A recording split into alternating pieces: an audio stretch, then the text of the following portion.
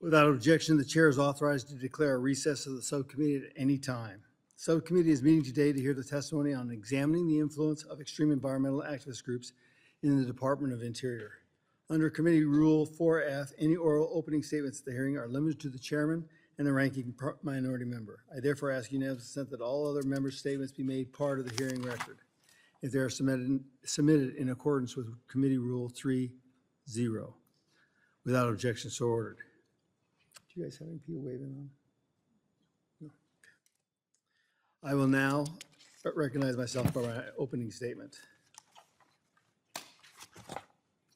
Good morning, everyone, and welcome to our witnesses for coming.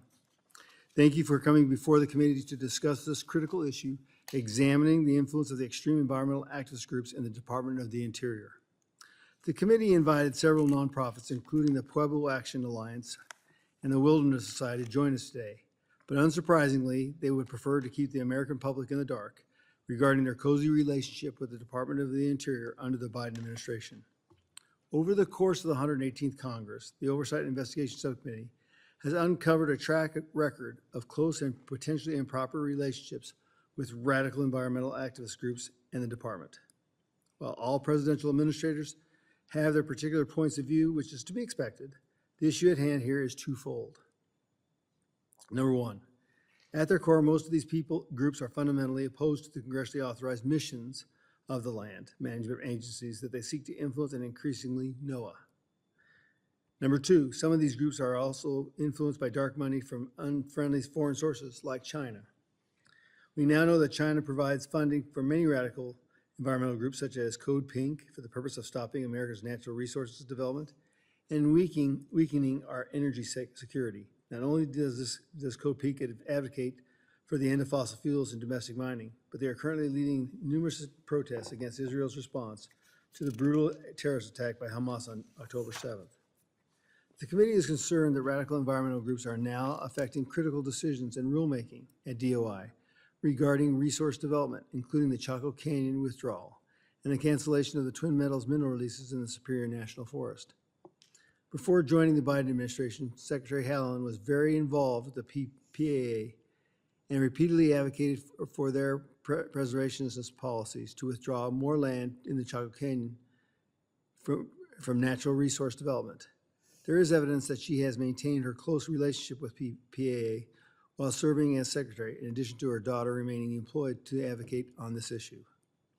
In 2022, Secretary Haaland satisfied PAA's efforts by issuing a public land order to officially withdraw over 330,000 acres, nearly 1 10-mile radius of federal land surrounding the Chaco Canyon National Historical Park for 20 years. In this case, Secretary Haaland undoubtedly should have recused herself to resolve any potential conflicts of interest. Another concerning incident involved the Twin Metals mine in the Superior National Forest in northeastern Minnesota. In 2018, the federal government had reinstated the mineral leases for the prospective Twin Metals copper, nickel, and cobalt mine project in northeast Minnesota. Then in 2020, various environmental activist groups, including the Wilderness Society, sued the Bureau of Land Management, Fish and Wildlife Services, and the Forest Service over their decision to renew their permits for Twin Metals. Later, a FOIA request revealed that while this litigation was ongoing, then Deputy Secretary Tommy Boudreau and Deputy Chief of Staff Kate Kelly purportedly met with lobbyists from the Wilderness Society, a lead plaintiff in the case, in an off-the-books meeting. At the same time, the Wilderness Society apparently coordinated with DOI's lawyers on legal and policy pathways regarding mining in northeastern Minnesota. Then in 2022, Secretary Haaland canceled the 2 decades-old mineral leases for Twin Metals and withdrew over 225,000 acres of mineral-rich land in the same area for mineral exploration and development. The coordination with the Wilderness Society on this issue raises substantial concerns regarding the undue influence exercised by the environmental nonprofits over the Biden administration. Unfortunately, these two instances are only a drop in the bucket when considering the full breadth of the damage done by DOI, working with radical nonprofits to stymie domestic resource development and make the U.S. less energy secure. Tomorrow, Secretary Haaland will come before the committee in a rare appearance to discuss the Interior's budget request, so I hope she comes prepared to explain these seemingly conflicts of interest and their effect on her decision-making to the American people. Now, per usual, I don't expect my Democratic colleagues to engage in the substance of this hearing today. However, regardless of a Republican or Democratic administration, Congress must keep the federal government in check and working for the American people.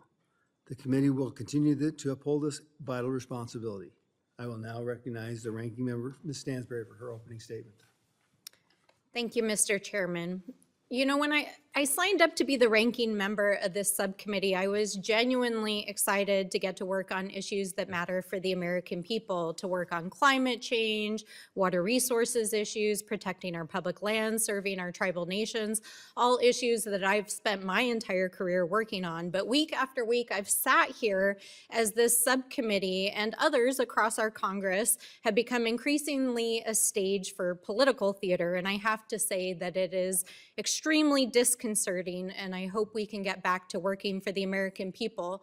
And I was especially dismayed after I read the prep materials for this hearing and saw that it was going to be yet another partisan attack on our public servants at the Department of the Interior, including on our secretary, who of course is a New Mexican and our nation's very first Indigenous cabinet secretary. But since this is the direction that the majority has decided to take the committee and they want to talk about conflicts of interest, I feel that it is incumbent upon us to point out that the influence of dark money at the Department of Interior has never been more apparent than it was under the Trump administration, when both of its interior secretaries were embroiled in dozens of scandals and ethical violations. Of course, none of this is particularly surprising when the tone is set at the top by President Trump, who has literally spent most of his life involved in pay-to-play scandals. In fact, the Oversight and Accountability Committee released a minority report just a few months ago called the Mazars Report, which includes 156 pages of evidence compiled while in office. Former President Trump and his companies received at least $7.8 million from at least 20 different foreign governments while they had business in front of the White House. And the Saudi government, as we know, also gave more than $2 billion to his son-in-law after he left office. So if we want to talk about influence peddling and criminal behavior, let's talk about the former president and the culture of influence that he brought not only to the White House, but to the Department of Interior under his tenure. In fact, when you scratch the surface, what you find is that the Trump Interior Department offered unprecedented access to oil and gas, mining, and other special interests that resulted in dozens of investigations and criminal referrals. Efforts like a bribery scheme in which a developer organized $250,000 in campaign donations on the same day that his permit for a mega development was announced, thanks to the Trump Interior Secretary.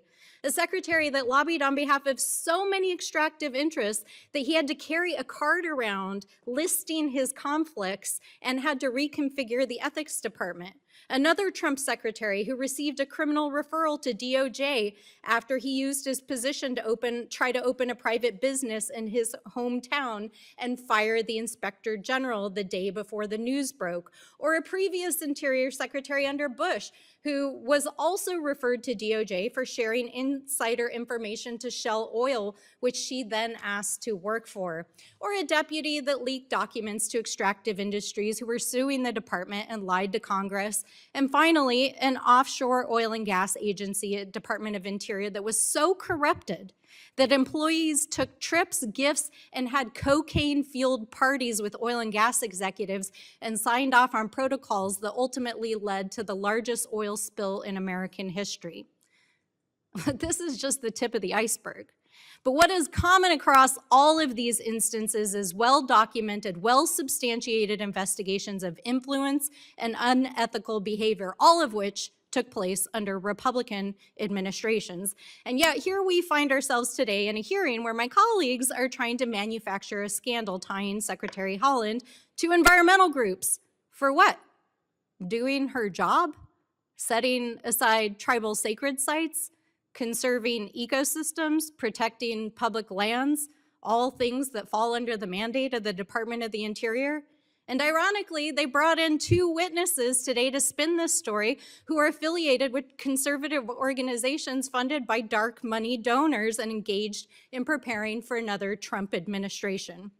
So let me just say this. One thing is clear. The depth, breadth, and persistence of corruption that we saw under the Trump administration must never be repeated again. And like other hearings this Congress, it is peculiar that my friends across the aisle are so focused on these political fantasies while their own president is sitting in a courtroom today. And while the Department of Interior was engaged in so many demonstrated legal and ethical failures. And that is what the Oversight Committee should be focused on. With that, I yield back. I thank the gentlelady for a minute there. I thought you were talking about Burisma and Ukraine. I'm now going to go to talking, and it will introduce our witnesses. First, we have Mr. Scott Walter, President, Capital Research Center, Mr. Richard Painter, Professor of Corporate Law, University of Minnesota Law School, and Mr. Tyler O'Neill, author. Let me remind the witnesses that under committee rules, you must limit your statement to 5 minutes, but your entire statement will be made part of the hearing record. To begin your testimony, I forget this all the time, push your here button and get started. At 4 minutes, you'll see the light turn yellow. It tells you to kind of try to wrap it up, and when you see a red light, stop. I will now recognize Mr. Walter for your 5 minutes. Thank you. Chairman Gosar, Vice Chairman Collins, distinguished members of the subcommittee, thank you for the honor of testifying. I'm president of Capital Research Center, where we study radical activists. I claim no expertise in climate science, environmental policy, and the like, but I am experienced in federal policy making.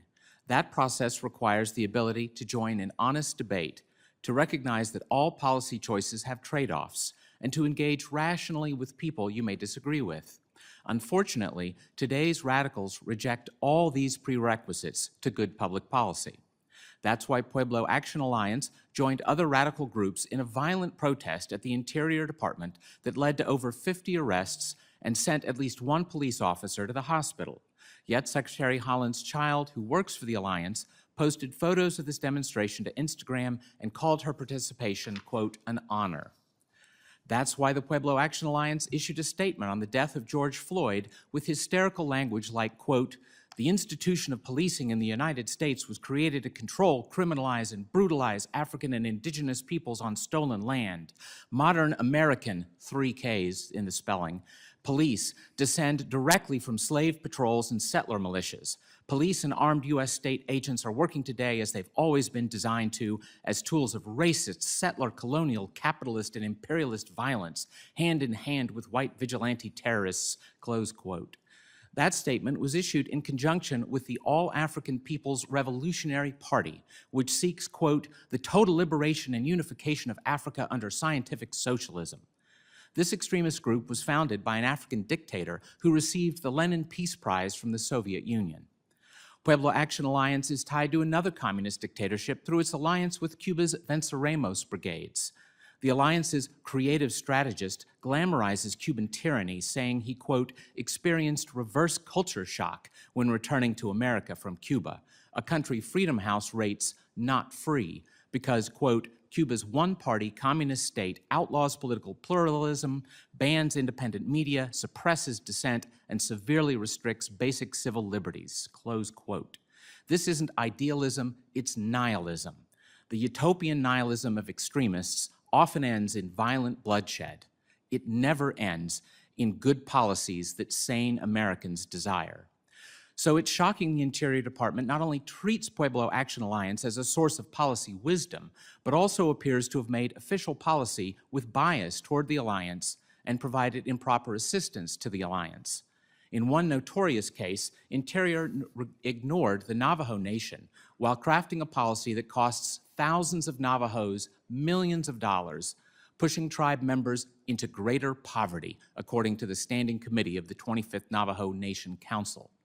This committee's letters to the Interior Department document multiple meetings between the Secretary and Pueblo Action Alliance officials.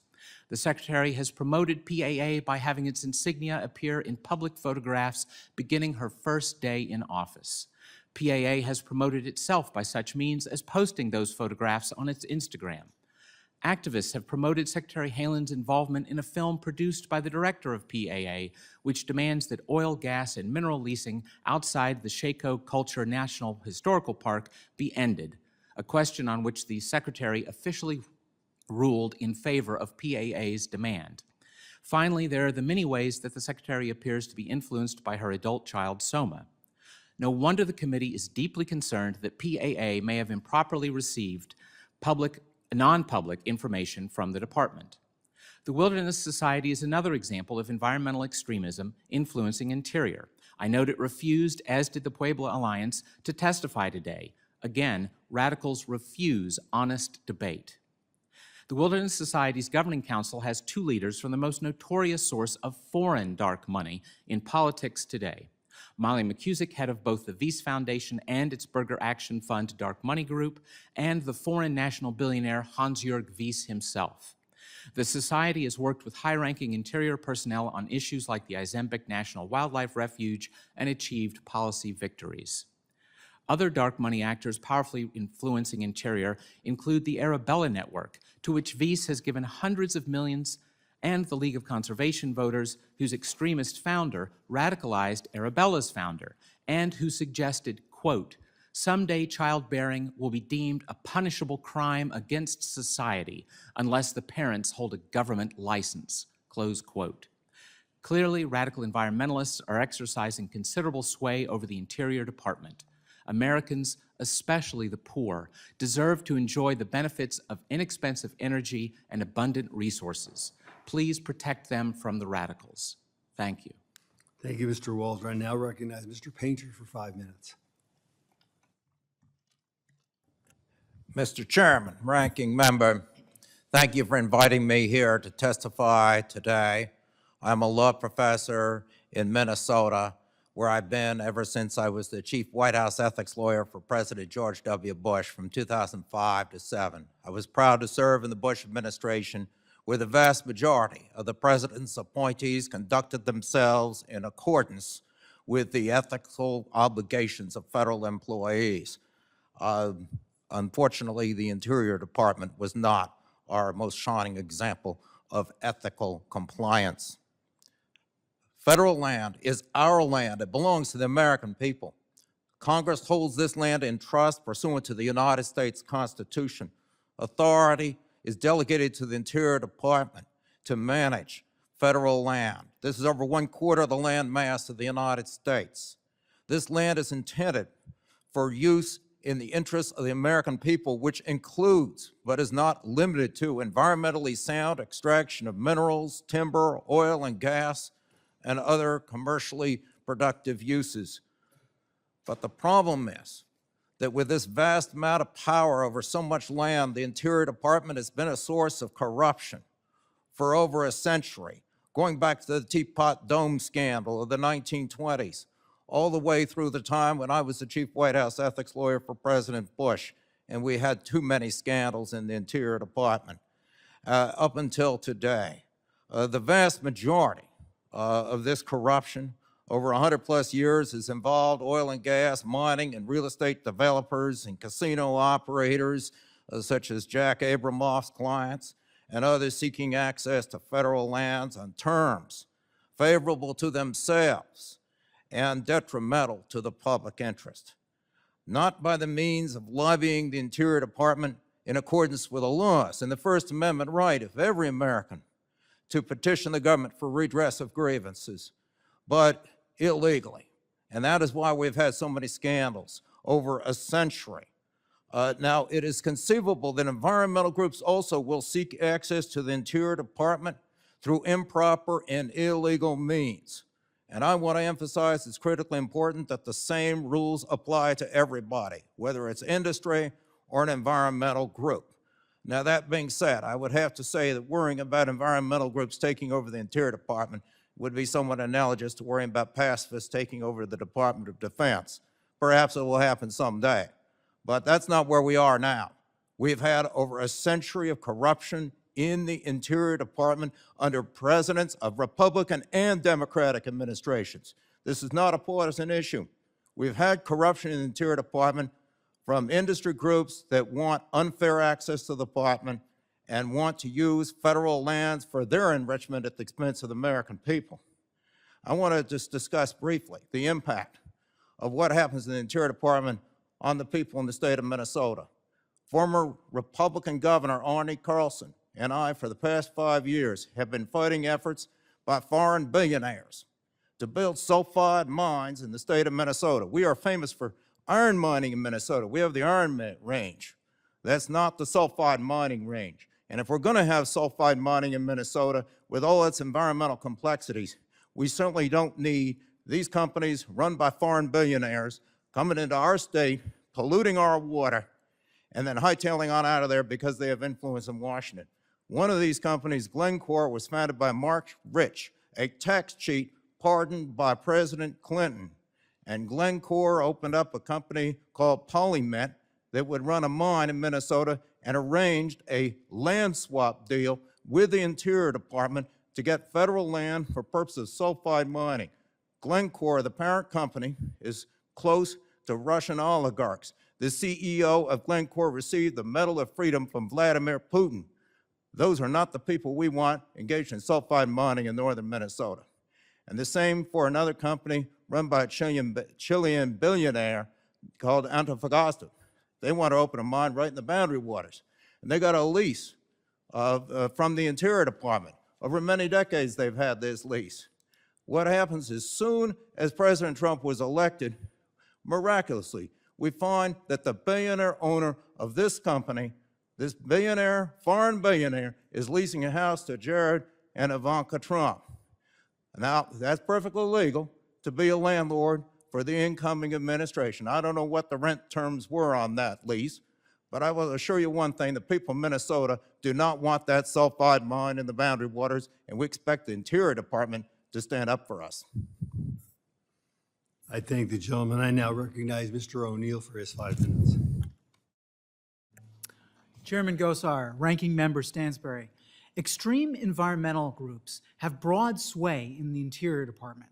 In my remarks, I plan to show how these groups affect policy, how their former staff now help lead Interior, and how a leftist group that demonizes conservatives is influencing Interior's efforts to be more inclusive. In July 2023, the Sierra Club and its allies asked an agency at Interior to crack down on oil and gas in the Gulf of Mexico. 2 months later, Interior released a 5-year plan that included the smallest number of oil and gas lease sales in the Gulf in history. We know because Secretary Haaland bragged about it.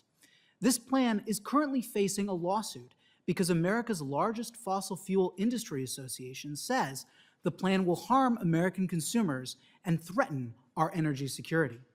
Earlier this very month, Interior announced its 5-year plan for wind energy. While it restricts oil and gas to 3 lease sales, it plans for 12 offshore wind auctions. The Sierra Club celebrated the move and pledged to continue collaborating with the Biden administration.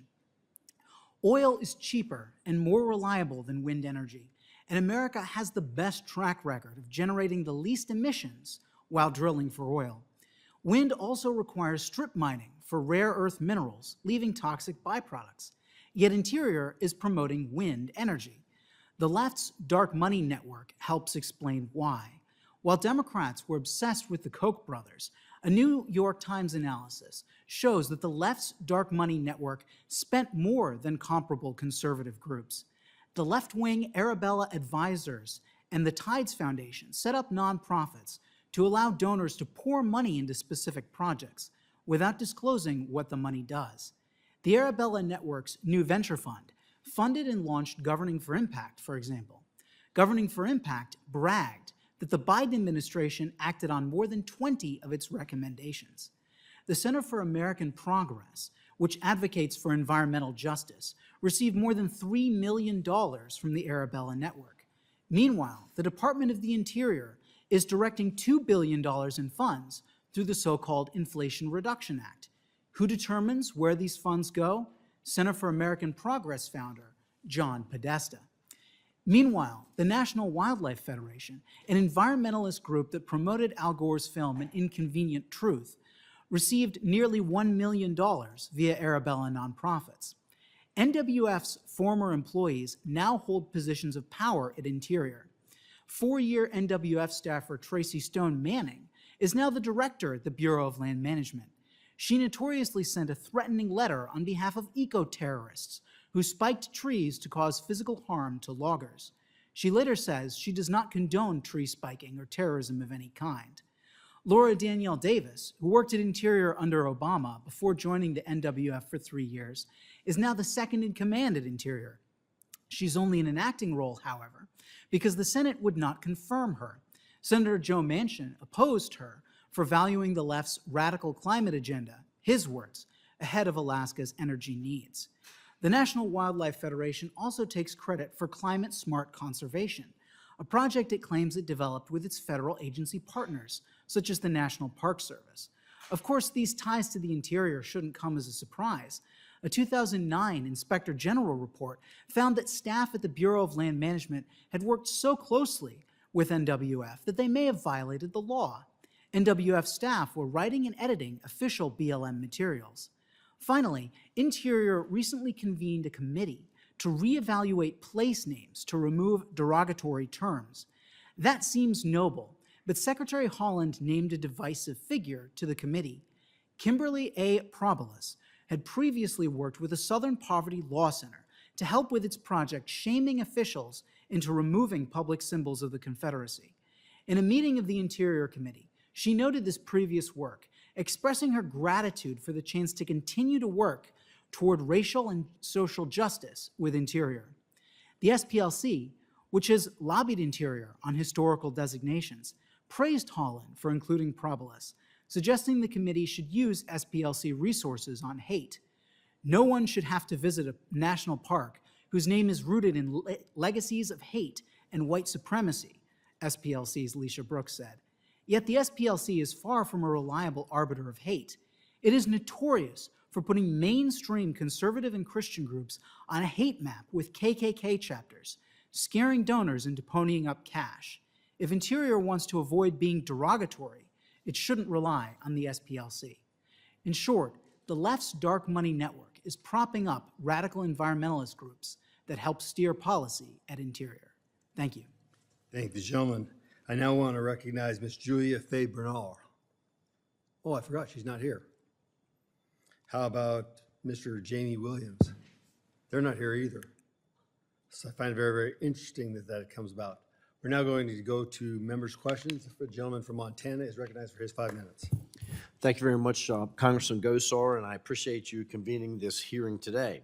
Over the past 3 years, we've observed a disturbing trend with this administration, an ever-growing dependence on extremist organizations to shape the policy decisions. The Biden administration appears to be governed by a fear of upsetting its most progressive faction. The policies enacted by this administration show the significant influence of these extremist groups. This undue influence leads the administration to prioritize appeasing these destructive groups, especially considering the coming elections. One area where this external pressure is directly felt is in our energy and public land sectors.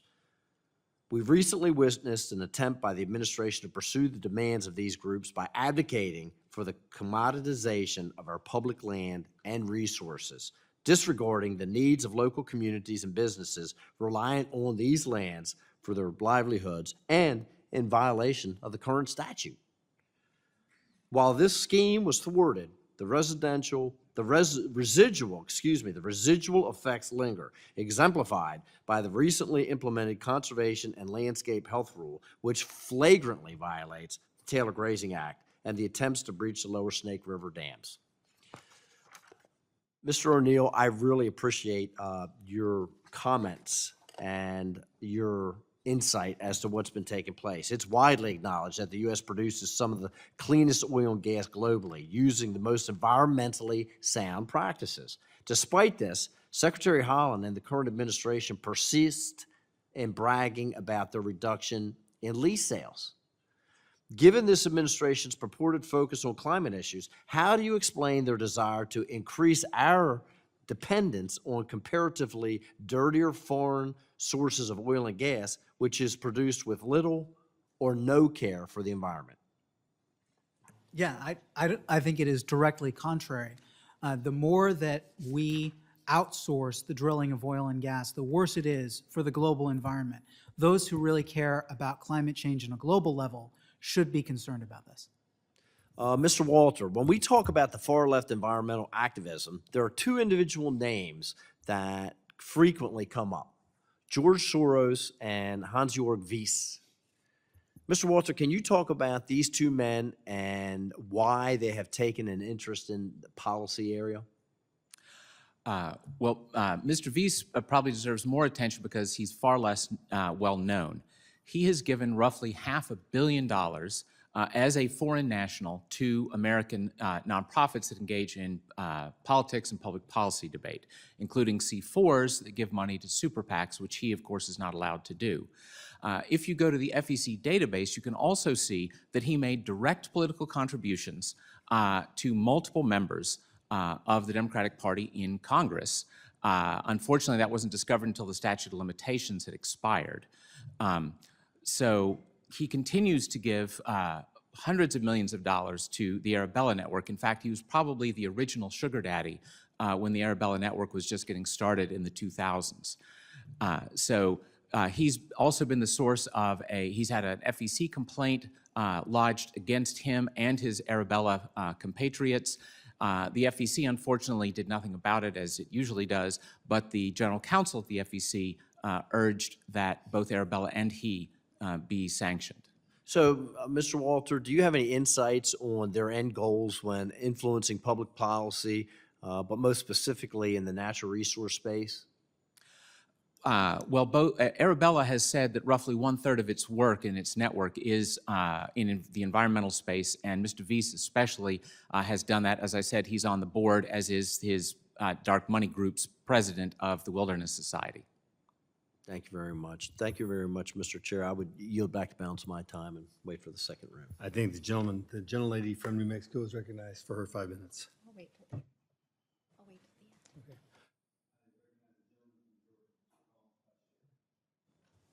Thank you, Mr. Chairman.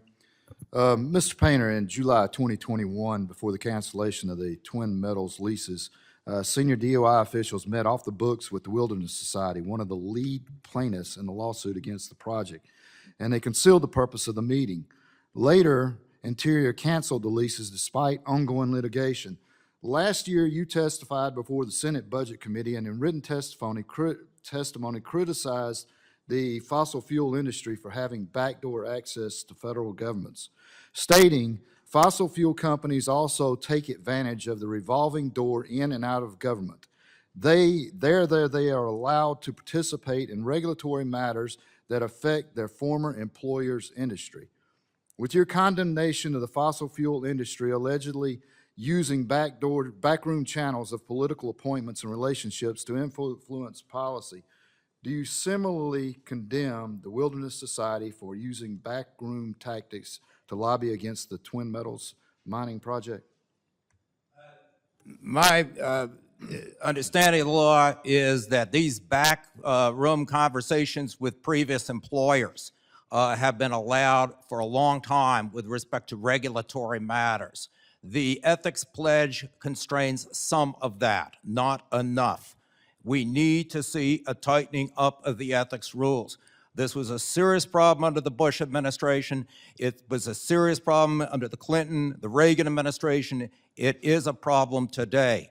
So that means you are similarly condemning the Wilderness? I will condemn the legal communications. This is legal unless, and I will tell you where it is illegal. It is illegal when there is a communication between a federal official and their former employer about a particular party matter within. Let me go, that leads into it. Do you believe that nonprofits like the Wilderness Society should be allowed to guide natural resource policy instead of the professionals at Bureau of Land Management? I don't understand your question. Should they be giving their input? Yes, they should. They should be doing it legally. Yeah, but I believe the rules need to be tightened up for the Wilderness Society as well as for the oil and gas industry. We've had too much of this revolving door access to the Interior Department. Do you believe it's a more appropriate working relationship between nonprofits and the federal government than we have observed here? You think there's more? I believe that the federal government needs to tighten up their ethics rules so we do not have federal officials discussing regulations with their previous employer. Whether the previous employer is the oil and gas industry or the Wilderness Society, there's been way too much of that. We need tighter regulations. That's the point I made in front of the United States Senate last year and I'm making today. 2019, you tweeted, sulfide mining companies controlled by foreign billionaires descend on the Great Lakes. At real Donald Trump and his allies and Minnesota's most corrupt DFL politicians have shown them the way. Vote for clean water, vote them out. With your stated opposition to foreign billionaires influencing our natural resources policy, will you condemn all initiatives and projects that are funded by the Hans-Jorgen Weiss, a foreign national who funds environmental groups such as the League of Conservation, Voters Action Fund, as being influenced by foreign billionaires?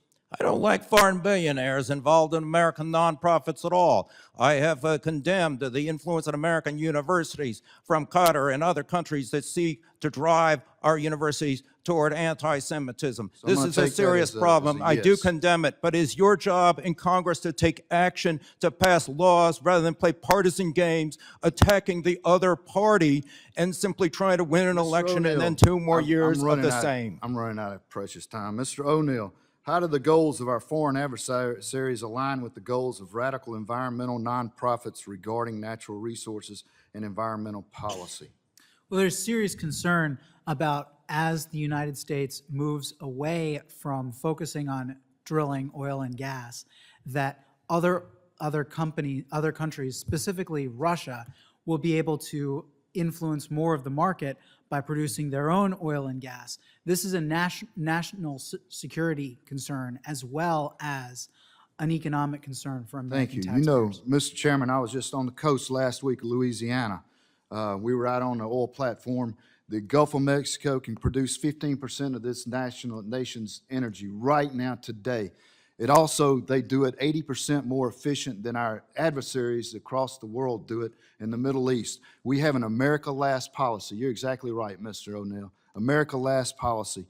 And we have got 3 leases that are supposed to be going off annual here. We didn't get them last year. They have sat right over there in that witness stand and said they weren't going to do any this year or any next year. And on top of that, LNG, you're exactly right. We have an LNG company down there right now on the coast of Louisiana that is almost ready to export LNG, but they can't get the permits finished from this administration. Why? Because they would rather us buy our gas and oil from our adversaries who are out there funding people that want to kill us. And we also have Europe over there that is going to be forced to buy LNG from Russia because we won't fund or at least permit private companies in this country to export LNG. And with that, Mr. Chairman, I yield back. I thank the gentleman. The gentlelady now from New Mexico is recognized for her 5 minutes. All right, well, thank you, Mr. Chairman. And I just want to clarify a few things. And Mr. Walter, I actually really appreciate the comment you made at the beginning of your testimony about having an honest conversation with differing opinions. That is exactly what public discourse needs to be. So I very much appreciate that. But I also think it's important to be clear on what perspectives people are representing when they are in front of us in the public discourse. So, Mr. O'Neill, I do appreciate you being here today, and I respect that you are bringing your perspective on these issues. I know in your opening statement that you submitted to the committee that you stated you're here in your personal capacity, which I appreciate. But I just want to clarify, you are employed by the Daily Signal, correct? I am, correct. And the Daily Signal is a publication of the Heritage Foundation, correct? Yes. And that's why your bio appears on the Heritage Foundation. And I just want to be clear, the Heritage Foundation is a conservative think tank that many of us know, and among other things, it supports both 501c3 and C4 activities, including engaging and influencing both policy and politics. It gives donations to conservative candidates like Donald Trump. And on the C3 side, it's currently engaged in an effort called Project 2025, which is laying the groundwork for a White House more friendly to the right. That's actually what it says on the website. Now, Mr. Walter, you're here in your capacity working for an organization called the Capital Research Center, which was founded also by a former senior vice president for the Heritage Foundation. And I find it ironic that our two majority witnesses are both here and affiliated with these conservative organizations that are, of course, funded by many different sources, but among the donors include the Koch brothers, the Bradleys, the Mercer family, and a donor-advised fund called the Donors Trust, which is bankrolled largely by the Koch brothers and the Searle Foundation, which, among other things, has funded work to weaken child labor laws, gut voting rights across the country, to try to gut affirmative action policies, and to push climate denialism, and also help to prepare for a Trump administration and a second term. So while I do appreciate that we have different points of view represented here in front of the committee today, I think it's bizarre to talk about the influence of dark money on policy without identifying that we actually have two great examples here in front of us today. So, Mr. Painter, we appreciate you traveling from Minnesota to come be with us today and your advocacy on behalf of your community. You're a former Bush administration official. Thank you for your service, especially around ethics issues. And you mentioned in your testimony that you came to the White House during the height of the Jack Abramoff scandal, during which Mr. Abramoff defrauded American Indian tribes of millions of dollars and was involved in an influence peddling scheme at the Department of Interior. And I noted during your testimony that you said that the Department of Interior was certainly not one of your shining examples of ethical behavior during your tenure in the White House. So I just want to kind of go back over the record a little bit. It's true that during that time, the then Secretary Gail Norton was investigated for sharing insider information with Shell Oil, and that matter was referred to the Department of Justice, correct? I believe so. No charges were filed, yes. And it was also during that time that the Minerals Management Service, which was what BOEM was, which manages offshore oil and gas drilling, was found to have many, many ethics violations. And in fact, employees at the time were steering contracts, taking thousands of dollars in gifts. They were allowing royalty underpayments by oil companies, and essentially engaged in a culture of giveaways and unethical behavior, which ultimately led to a complete reorganization of the Mineral Management Organization, correct? This is true. I read the Inspector General's report, and it cost millions of dollars to conduct that investigation. And unfortunately, the whole area there was a disaster zone. Drug use, sex with oil company executives. My favorite line in the report being that a sexual relationship of a federal employee with an oil company official is by definition not an arm's length relationship. Right. So how do we stop this? You know, we've seen the same kinds of abuses during the Trump administration. What should this committee and what should Congress be doing to stop this kind of unethical behavior? We need to tighten up the ethics rules with respect to interaction with previous employers, whether those previous employers are in the oil and gas industry or in environmental groups, even though the vast majority of the corruption has been from the industry side. Previous employers have far more influence on federal agency than other people, and that should be prohibited across the board in the federal government. But the impact of previous employers influencing the Interior Department has been egregious. And we need to cut back on gifts and all the shindigs, the free flights, the people flying on these airplanes, private jets, and then saying, well, I just flew on an empty seat. It was an empty seat, so I didn't get any gift from the oil company. I had to have that argument over and over again in the Bush White House. We need to cut out this nonsense where the Interior Department and other federal officials are hobnobbing with outside special interests. Thank you very much, sir. Appreciate it. Yield back. I thank the gentlelady. Mr. Painter, do you believe that all NGOs should have to disclose who donates to them if they take federal dollars? Well, I certainly think the foreign donors need to be disclosed. Why wouldn't we do it all across the board? I mean, because that shows on you brought up the oil companies. It definitely shows us, who's playing in the game here. But I know this Love lost that. the problem. If you start to require all nonprofits to disclose their donors, you're going to run into some serious opposition from particularly conservative groups, and indeed First Amendment issues have been litigated in front of the United States Supreme Court. But I do believe that foreign donors can be required to be disclosed. I have pushed very aggressively to require the disclosure of foreign donors to American universities, where I believe they're doing a great deal of damage, and we can require that in other sectors as well. But across-the-board disclosure of all donors to all NGOs, requiring that type of disclosure does run into First Amendment issues, and you're going to find a lot of the conservative groups are going to be most concerned about that. So I'm one of those conservatives, so I guess my question here is how do you get to those if you get a foreign donor that runs their money through an NGO? this is a serious problem. We need to think about the balance between the First Amendment right of to petition the government for redress of grievances and the need to disclose funding sources. I'm just saying it's a complex issue. I agree. And the minute we talk about requiring disclosure of donors, we're going to get into a lot of arguments, particularly with the nonprofits on the conservative side. And I understand their concerns under the First Amendment, but I believe that Congress needs to look seriously at the need for more disclosure of foreign funding sources.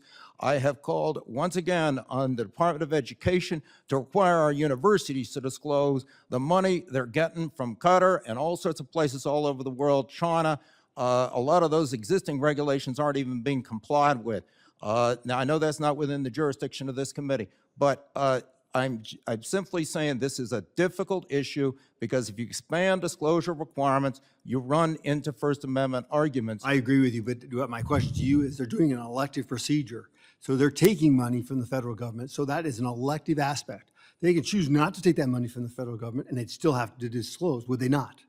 I believe you can condition federal money on disclosure of foreign funding sources, and that's what we've been doing with the universities. If the Department of Education would enforce their regulations with respect to disclosure. If an organization does not receive federal dollars, we could argue you should still require disclosure because there's a tax-exempt status and there's a subsidy from the American people through the 501c3 status. But once again, you're going to run into very challenging First Amendment issues as you debate that, and a lot of the opposition to more disclosure is going to come from the more conservative side of the political spectrum. Well, just the fact that we're having this dialogue tells me all I need to know in regards to that we have to have that conversation because that is a fine, fine line. So I guess my other question to you is, now do you understand Minnesota, the Northeast, the Twin Metals area? When you look back at that situation, do you think that the forefathers that actually did this buffer area weren't thinking outside the box?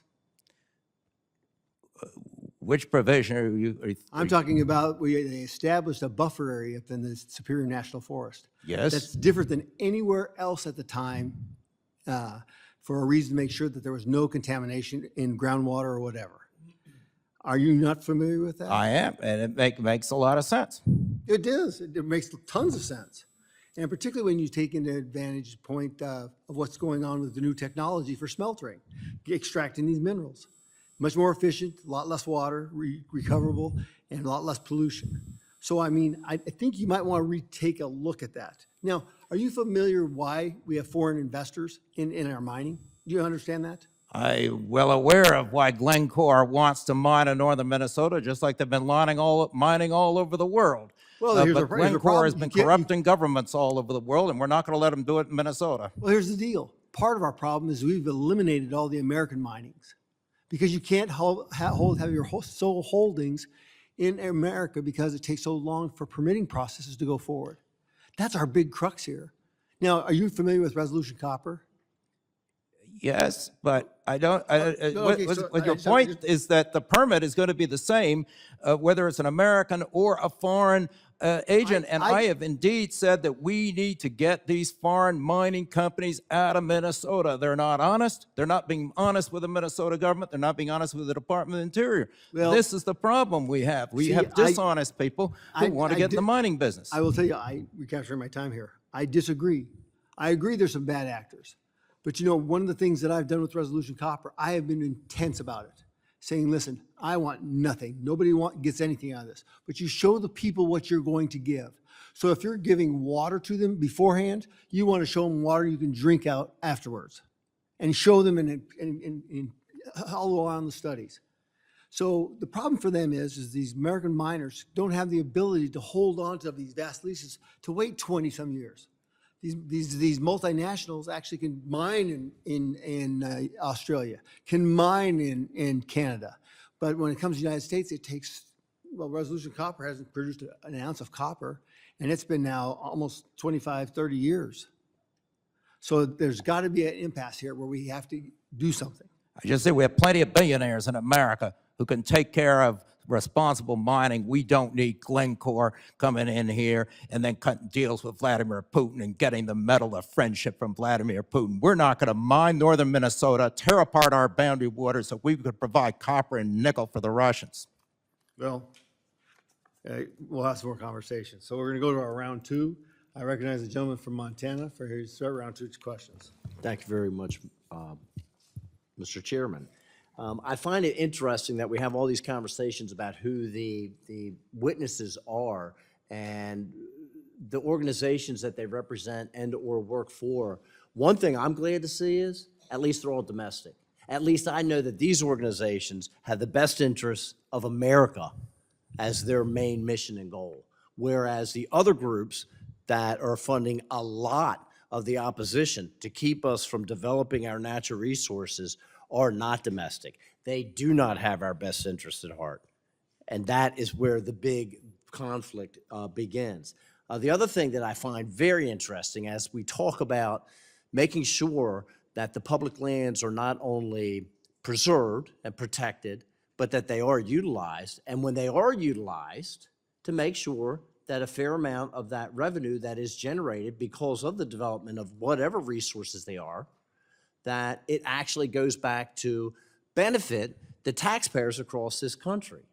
Meanwhile, within the last 30 days, I watched this committee lease a piece of public land, federal public land, parkland, that RFK Stadium currently sits on, to Washington, D.C.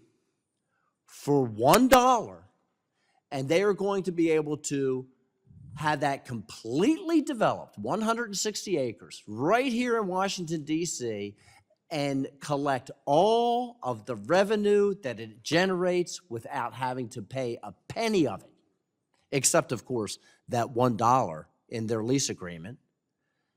The rest of the revenue will be retained by Washington, D.C. So as we say in Montana, it just depends on whose ox is getting gored before they make decisions about where the priority of revenue and the maintenance of properties comes from or goes to. Mr. Walter, in January of 2022, the Bureau of Land Management announced a proposed rule to allow for the withdrawal of land within a 10-mile radius from mineral development within the Chaco Culture Natural Historical Park. Secretary Holland has long advocated for withdrawing the land from the historical park from mineral use. Her family, including her adult child, also continued to do so, including going so far as to make a documentary about the need for this decision, which has screened at the Capitol Visitor Center. Despite DOI's own ethics office determination that this could constitute a conflict of interest, Secretary Holland reportedly stated that no reasonable person would question her impartiality. So, Mr. Walter, my question to you is, do you believe this is a reasonable person that this might constitute a conflict of interest for the Secretary? Congressman, I don't think that passes the laugh test, no. How do you think a conflict of interest like this by Secretary should be handled in this situation? Well,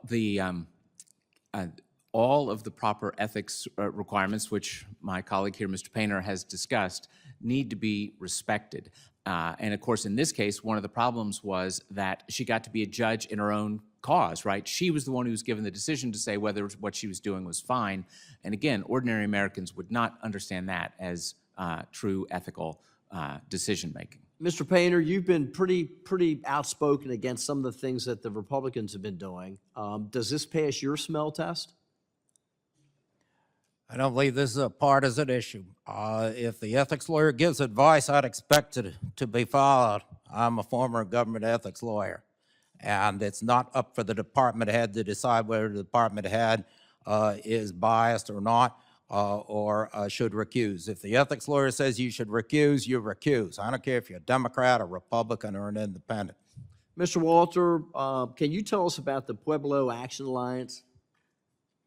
Well, as I tried to outline in my testimony, it's hard to find anybody who would be more perfectly fitting the description of radical and extremist. And again, so radical and extreme that they're willing to ally themselves with communist dictatorships and the like. It's off the charts. Mr. Walter, I'm getting ready to run out of time here. Has Secretary Holland's family been involved in that organization, and did the Secretary herself have any role in its creation?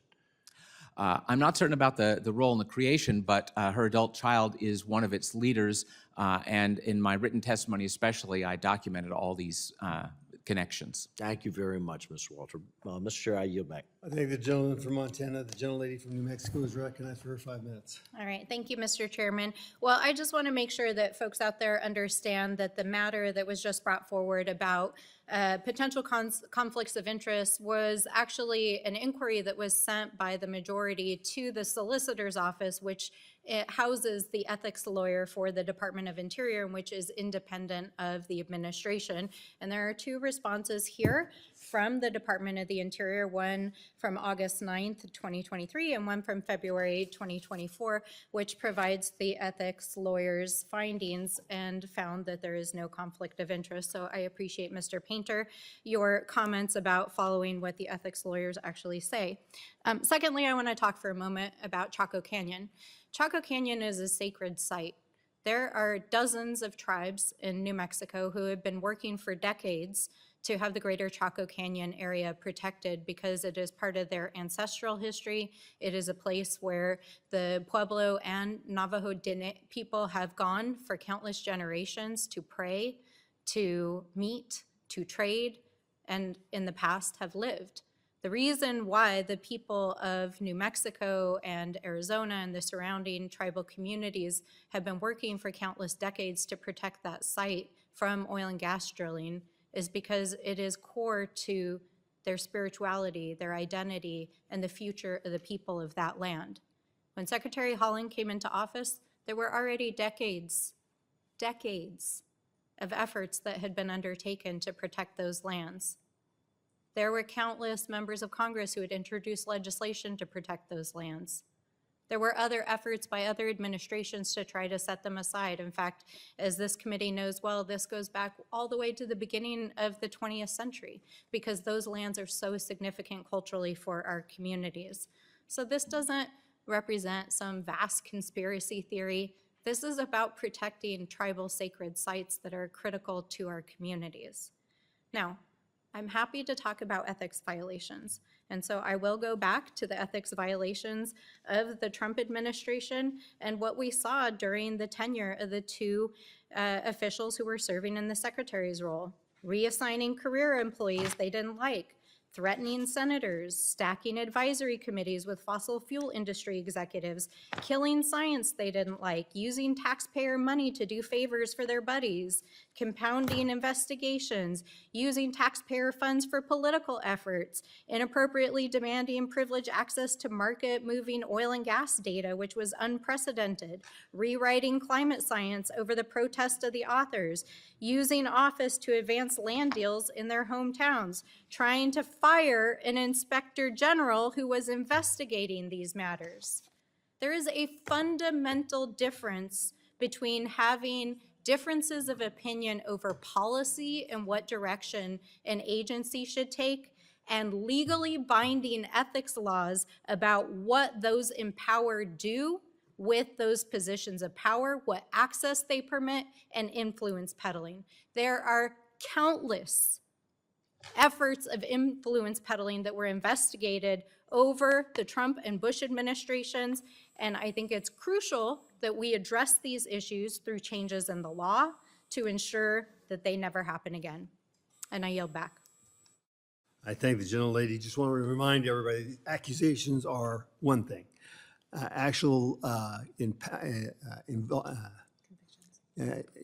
Convictions are another. Well, We're we can innocent till- provide we're the, innocent till- we we're we can innocent till provide proven the guilty. Inspector General's I will- reports for you, so you can see the evidence Well, for okay, I'll yourself. give you something else. That's evidence. Once again, it has to go to a peer-reviewed body. It has to go to a jury of our peers for going through to that. So, I mean, from that standpoint, I got to tell you, none of this has met fruition for one reason or another. So from that, Actually, there were multiple criminal referrals during the Trump administration. criminal referrals, once again, where's the due process? What happened? Nothing came about to them. I'll give you another example. You expect the DOJ to do everything? Tell me about the anti-collusion aspect in regards to the DOJ implementing a law that I had passed, the second to last one Trump actually signed, and to this day has not been implemented on antitrust collusion in regards to medical insurance industries. Wow, that's pretty stark. Mr. Walter, yesterday the Daily Caller published a story complete with the links to emails discussing how a senior advisor at BOEM sought the advice of Natural Resources Defense Council and the Ocean Conservancy when attempting to figure out a legal justification for BOEM to incentivize developers to invest in underserved communities as part of the Biden administration's Justice 40 agenda. When they could not provide a sufficient legal opinion, she continued to reach out to other activist groups for a legal strategy rather than the solicitor's office at the DOI. Now, I do think it is fair to say that every presidential administration should set its own agenda. I understand that. This is normal and to be expected. However, senior level of agency officials leaning on outside activist groups while in office for our legal strategy to implement the administration's priorities is not a generally accepted practice. I would assume, is it? No, obviously you would normally go to your own experts, and if it's a legal matter, you could also, of course, go to the DOJ's appropriate section. So why do you think BOEM initially sought legal advice from the environmental and activist groups? Well, it's obvious actually in the emails themselves with those other groups. They did not have a leg to stand on legally, and the outside groups admitted that and said, you're coming to us because you can't invent any legal leg to stand on for the policy you're trying to push here. Now, additionally, back in February of 2021, NRDC emailed an exhaustive list of recommendations to BOEM for developing their offshore wind leasing program. Many of these recommendations are now implemented, such as in BOEM's North Atlantic right whale offshore wind strategy, which included the NRDC's recommendations for avoiding leasing in areas that could impact the right whale and setting noise limits during construction to address potential impacts on marine life. Mr. O'Neill, what do you think of these documented close relationships between these activist groups and BOEM and the potential for improper influence on the development of their offshore wind leasing programs? There's an extreme potential for improper influence. And what we've seen over and over again, in this case in particular as well, this sue and settle strategy, where an activist group that shares the broad policy preferences of the administration sues an administrative agency for a change in the law, claiming that there's a legal requirement. And then what the agency ends up doing is settling that lawsuit, agreeing to implement the legal requirement while circumventing the natural requirements of the Administrative Procedure Act and the notice and comment period. And we've seen this happen over and over again. The Biden administration has just ratcheted it up. And the example with BOEM is a #1 example of that. So do you think that BOEM allowed the oil and gas industry a similarly high level of input to guide the development of the 2024-2029 oil and gas leasing program, which only scheduled 3 potential oil and gas leases under sales in the Gulf area of Mexico program area? You're joking, right? Why Yeah. not? Well, of course the oil and gas industry does not have this kind of access. And this is, we've seen where the access is in the Biden administration. It's all of these radical left-wing groups funded by dark money that have a bone to pick against oil and gas as an industry overall because they're following this climate alarmist agenda that believes that if you burn 1 drop of oil, you're going to bring about the end of the world. Meanwhile, we've seen over decades, all of the climate alarmist predictions fail to come to pass. The Maldives have yet to sink beneath the waves. Kilimanjaro has yet to lose all of the snow that Al Gore predicted would be gone by 2020. So this agenda yet is influencing the whole, influencing the administrative state in ways that go around Congress, in ways that allow the administration to implement its agenda without these checks that have been created by the law. And meanwhile, the ranking member brought up Project 2025. I just want to set the record straight. Project 2025, and I'm not here as a representative of Heritage or the Daily Signal or Project 2025, but what Project 2025 is trying to do is it's trying to make the administrative state more accountable to the American people who elect a president every 4 years.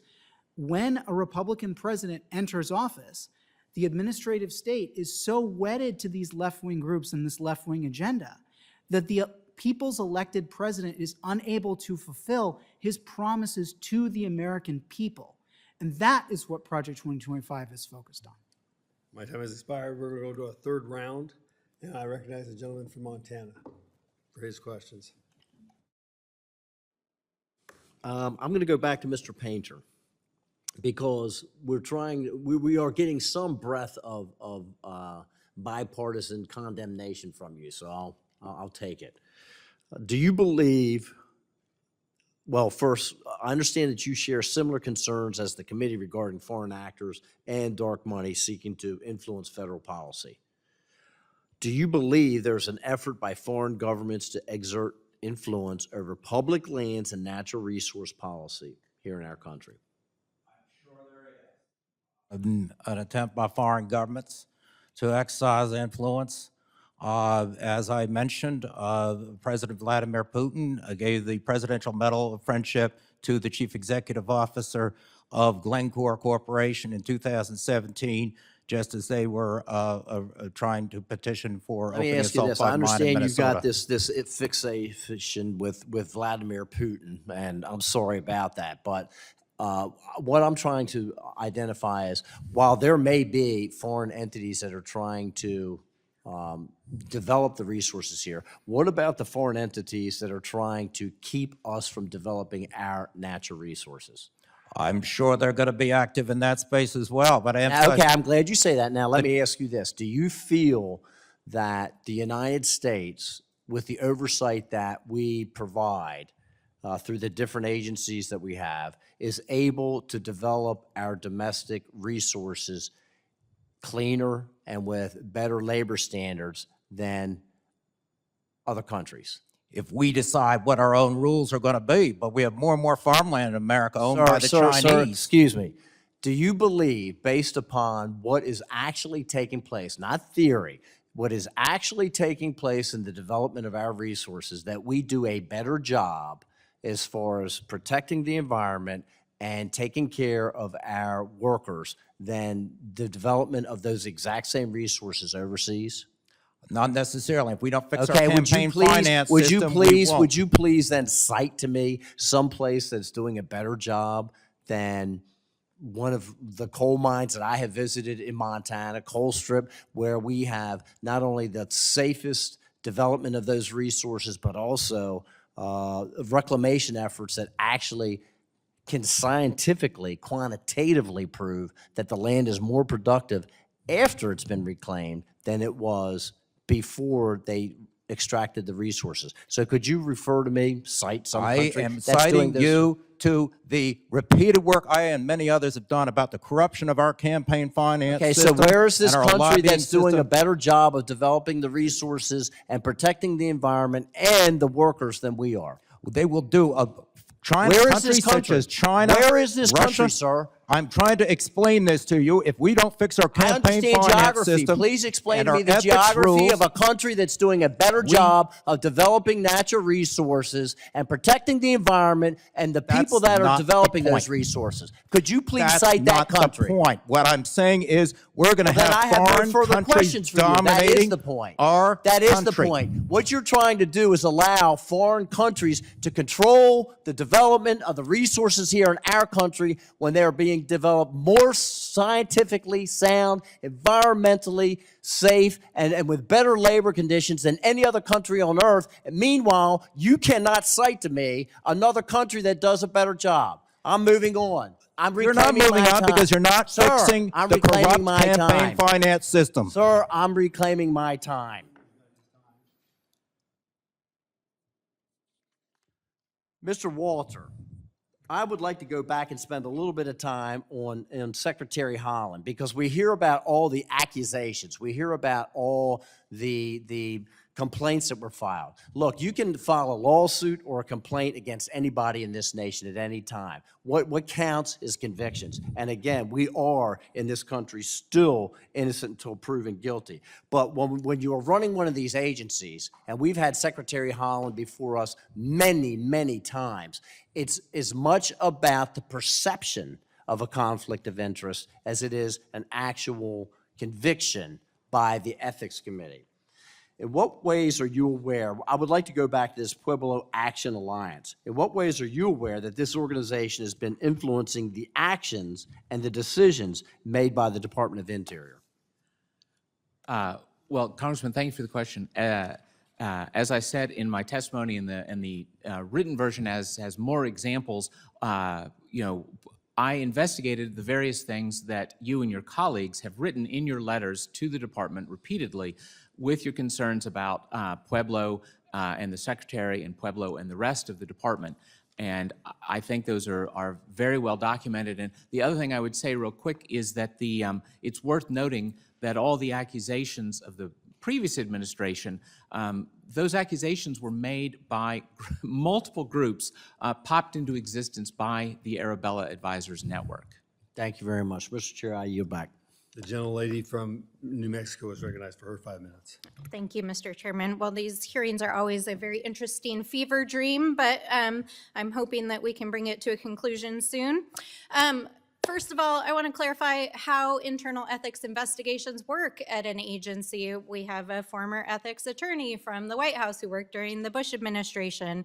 These matters are generally investigated by an independent body within the agencies called the Office of the Inspector General. We created these after the Nixon administration because our agencies were engaged in unprecedented activities which raised ethical concerns. And one of the ways in which we tried to restore trust in American institutions was by creating independent investigative bodies that would look at ethics violations and then refer them to attorneys at the Department of Justice in order for them to be prosecuted. So I appreciate the comments that were made. However, that is not how ethics investigations actually occur.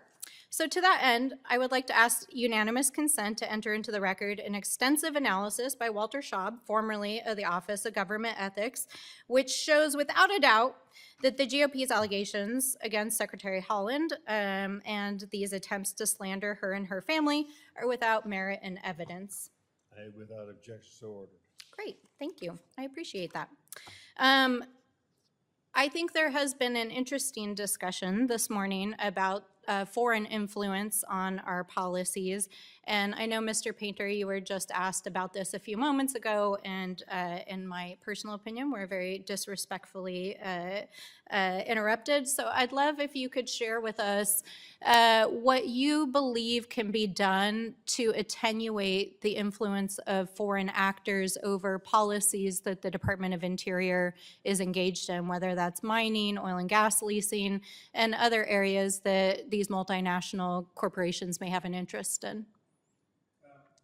A lot of the influence comes from the White House, and this is over Democratic and Republican administrations. In my 2009 book, Ethics, about ethics in Washington, Getting the Government America Deserves, I recommend that we have an Inspector General in the White House.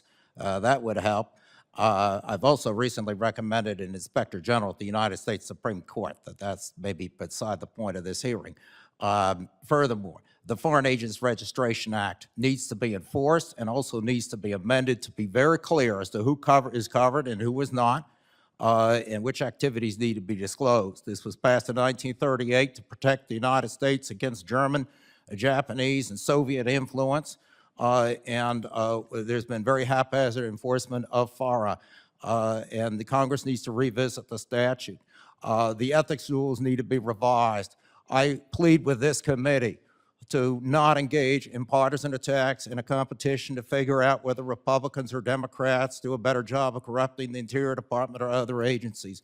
I implore this committee to fix our campaign finance system that makes us vulnerable to foreign infiltration.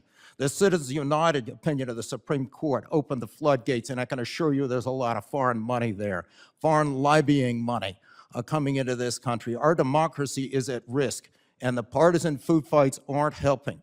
This is not to be a spat between MSNBC and Fox News, I hope. I hope this is a Congress that will protect the interests of the American people. And the Interior Department holds these lands in trust for the American people. They're our lands, almost 2 acres for every American. They don't belong to the oil companies, the gas companies, and the mining companies. Now, I'm fine with resource extraction when it benefits the American people, but I want to see this Congress pass ethics rules that will allow the Interior Department to make its decisions based on science, based on economics, not based on who had lunch with the Deputy Secretary of the Interior. Well, truly, Mr. Painter, I couldn't have said it any better than you. I appreciate your commentary here today. And I will note, since you brought it up during your testimony, that we actually just introduced a judicial ethics bill 2 weeks ago to bring an inspector general to the Supreme Court, because not only have we seen these sort of ethical violations across administrations within our agencies, but we are also seeing unprecedented tampering with the highest court of the land right now. And so I couldn't agree more wholeheartedly. So thank you very much, and I yield back. I thank the gentlewoman. I'm going to go back to the United States Department of Interior. This is this letter that has been referenced over and over again, and I want to read 2 parts. Based on the information provided to the DEO, Department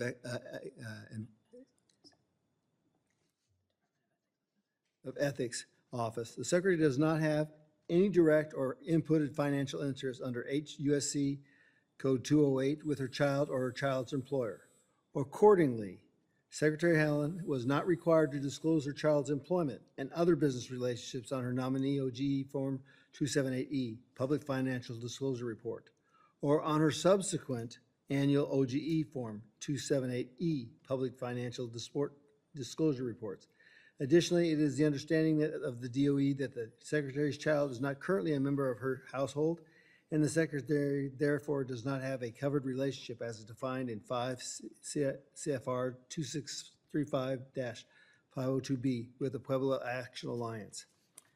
However, further down, if the Secretary personally determines that a reasonable person with knowledge of the relevant facts would not question her impartiality in performing her official duties in this particular matter, then she may participate in the particular matter as part of her official duties. To date, it is my understanding that the Secretary has not determined that a recusal under 5 CFR 2635.502 is appropriate as a result of her child's employment. So we got that as text from the aspect here.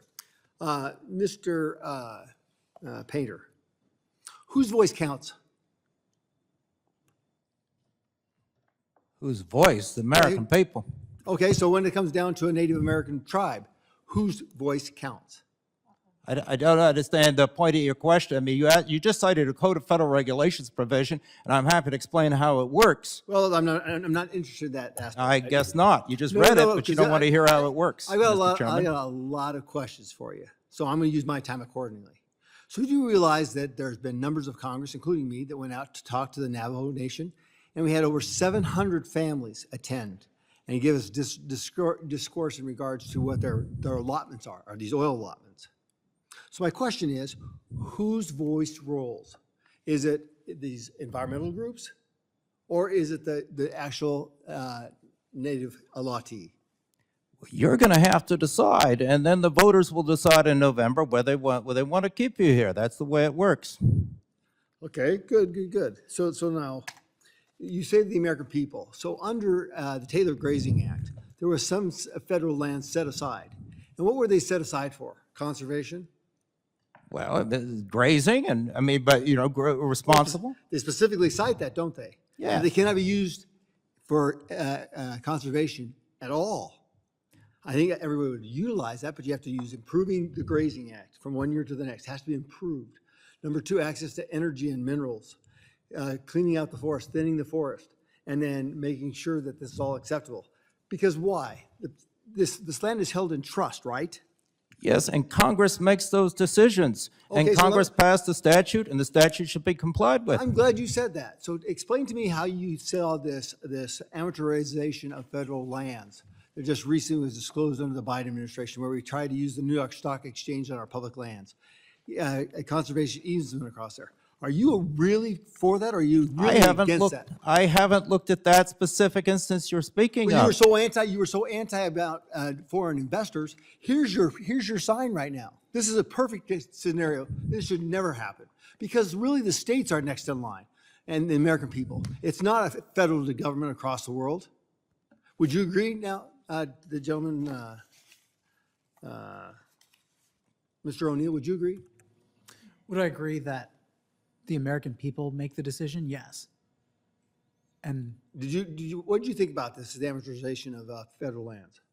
yeah, I think it's a It's really disgusting to me. harebrained idea, and it will abuse the lands that are held in trust by the American people. And what we're seeing here is an attempt to weaponize the value in those lands to change our financial system and to make it so that these green activist groups are able to upend capitalism and turn it into a weapon of their environmental agenda. Mr. Walter, so would you agree with that assessment? Yes, absolutely. I mean, it's obvious in all these things that multiple sides and interests need to be taken into account and weighed rationally. Now, I guess this will be my last question. What was the question that you wish was asked today, and what is its answer? I'll start with you, Mr. Walter. Well, It wasn't asked. The question wasn't asked. No, well, I think one of them would be to ask about the ocean, the article that was mentioned in the news yesterday with the Ocean Sub-Agency of Interior. First of all, again, with the reporter, the refusal to have honest, rational debate, right? They won't speak to the reporter to discuss what they've done. And the other thing that's valuable there is that one of the groups involved was the Ocean Conservancy, which I note has paid millions of dollars to Senator Sheldon Whitehouse's wife, interestingly, which would raise ethics questions if the Senate had a rule saying you can't do things that benefit your spouse's employer. Mr. Painter, what was the question that didn't get asked that you wish was asked, and what's its answer? The question would be whether the Office of Government Ethics covered relationship rule, which you cited, 5 CFR 2635-502, should be expanded not only to cover particular party matters in which one's previous employer is a party or represents a party, but also regulatory matters, and whether such a change should be embodied in federal statute. If Congress were to enact such a change, that would mean that Interior Department and other public officials who come to Washington from their previous employers, whether they be the Wilderness Society, Goldman Sachs, or Shell Oil, would not participate in regulation or deregulation of the industry in which their previous employers engage. This would be a fundamental change to ethics in government. I believe there are many good arguments for it, but you will get a lot of pushback, predominantly from industry groups, perhaps from environmental groups as well, that such a change in ethics rules might make it more difficult for the government to bring in senior officials with the needed expertise. But I have seen way, way too much influence on Washington coming from the previous employers of high-ranking federal officials, presidential appointees who come for 2 or 3 years, and then they go right back on out into the private sector. And yes, some of them may go to environmental groups as well. I believe this influence is excessive and is detrimental to the American people, and that we need to give serious consideration to whether it expand the scope of the conflict of interest rules of the Office of Government Ethics, the very ones that you cited, in 5 Code of Federal Regulation 2635.502. Thank you, Mr. Painter. Mr. O'Neill? I would say the question I'd like to have seen asked, with all due respect to everyone who asked, is how broad exactly is this far-left infiltration of the Department of the Interior under President Biden? And I can count at least 6 organizations that really, set my radar off: the Sierra Club, the National Wildlife Federation, the Pueblo Action Alliance, the Wilderness Society, Earth Justice, and of course, the Southern Poverty Law Center. I think we need to have more of a discussion of exactly how many of these groups are using sue and settle to achieve their policies in this administration. And what I've been glad to see a lot of that exposed today. Yeah, you bring up a kind of an interesting point. If there's collusive ideas in regards to legislation being introduced and then an executive order coming over and taking that exact language and putting it in an executive order.